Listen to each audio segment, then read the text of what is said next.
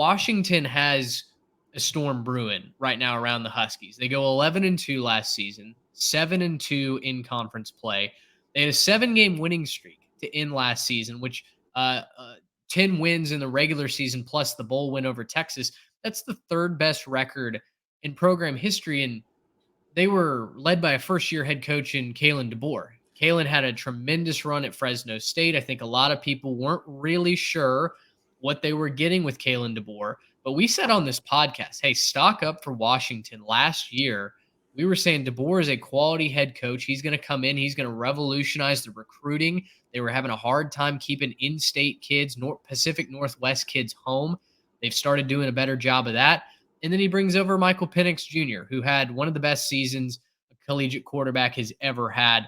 The team's strength, without a doubt, is going to be the quarterback to wide receiver connection. We'll talk about those players in just a second.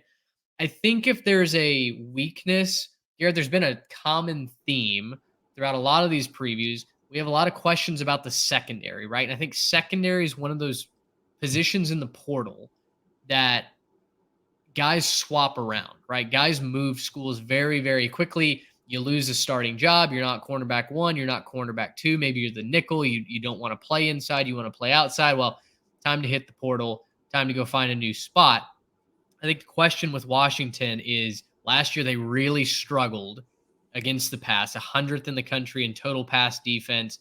Their pass rating, defense, quarterback rating that they gave up was 111th in the country. So they just were not very good in third down situations when they needed to eliminate the quarterback being able to pick up that first down.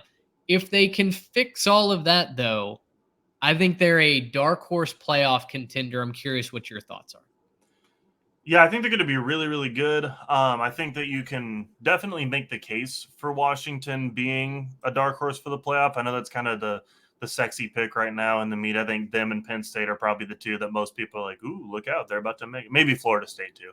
But I think when you look at what they had last year, and I want to pull their last year results up as well. Two things that I want to note that I don't see on their schedule from last year is I don't see Utah and I don't see USC.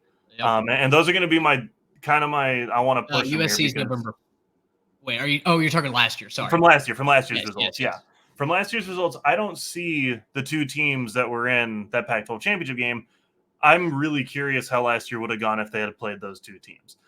Maybe they end up beating them. I know that, there were some problems for both of those teams last year, especially with consistency.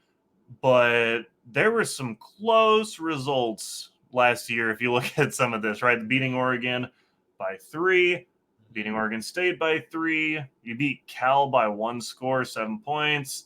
10-point win over Arizona. So I'm not necessarily saying that this is fool's gold, but it's a little bit close on the margins, if you ask me. I think a little bit close on where they were. Now, are they going to be better this year? I do think so. I do think they're going to be better this year. I think one more year of experience, one more year of feeling like, yeah.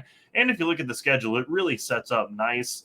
They kind of don't have to try for the first 5 games, and they get a bye week right before Oregon. Yeah. And I think that's going to be a big advantage to them being able to kind of let the offense settle in, figure out their identity, what they want to be as a team. Man, I don't know. USC and Utah back-to-back into the season. I do think they probably lose both of those games. I have them at 10-2 this year, which is a great season. It's a fantastic season for them. I just don't know that they win both of those with Oregon State afterwards. And they obviously have Oregon a little bit earlier in the season. I don't look at all those games and say, I can't honestly say that they're going to run the table in those. I can't even really make the case that they only lose one. So right now I have them at 10-2 and barely missing out on the Pac-12 championship game. I still think that makes for a great season. I still think that they could probably, be that kind of off team in a New Year's Six bowl. Just kind of depends on how everything across the country pans out, obviously. But I do think that they could make a New Year's Six bowl and end up in a really good bowl spot. But yeah, I think that they're going to be really good. I think my big concern for them, again, you kind of were talking about it. Secondary, I think, is going to be my issue. Yeah. Looking back at the stats page, let me go back over there real quick.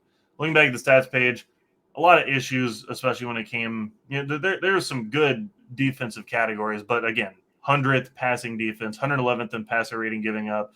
And then if you're looking at some of the more crucial stats, the third down percent, 118th. That's not going to get it done. Maybe some of that improves. I don't necessarily know why I would believe that improves. I don't want to come off as a Washington hater. I think they're going to be a really good team. I just think them, like several in this conference, have a brutal schedule. All the top teams play each other. Right. No more divisions this year, right? No Right, more yeah. north-south. So Exactly. they're not going to be missing a USC Utah, right? They're not going to be missing those teams just by virtue of what their schedule looks like. So I think just because of that, there's going to be a little bit of cannibalization. I think Washington would be in my 1B in terms of where I have teams right now. And so I think for that reason, 10-2, give them a bowl game win, give them 11-2. And I think that's still a really good season for Washington. I think the reason to believe that the defense can improve is twofold. One, you get Jabbar Muhammad, who transfers over from Oklahoma State. He is an elite cover corner. I'm curious to see who steps up next to him in the back end, but Muhammad is certainly going to help elevate that level For of sure. play. On the defensive, really the front six, since they play a 4-2-5, that is going to be one of the best units, not only in the Pac-12 but in the country. I think Braylon Trice, Zion Tupuola-Fatui, two of the best edge rushers in the country. Trice has 67 pressures last year, 9 sacks.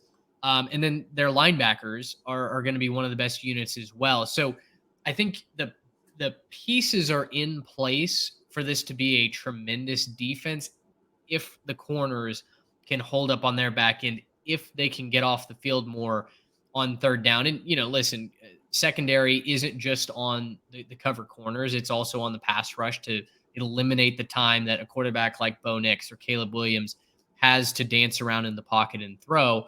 So I'm definitely stock up on the defense. The offense, I mean, Romeo Dunes, 1,100 yards last year on 75 catches. Jalen McMillan, 79 catches, 9 touchdowns. You get Dylan Johnson to transfer in at the running back spot from Mississippi State.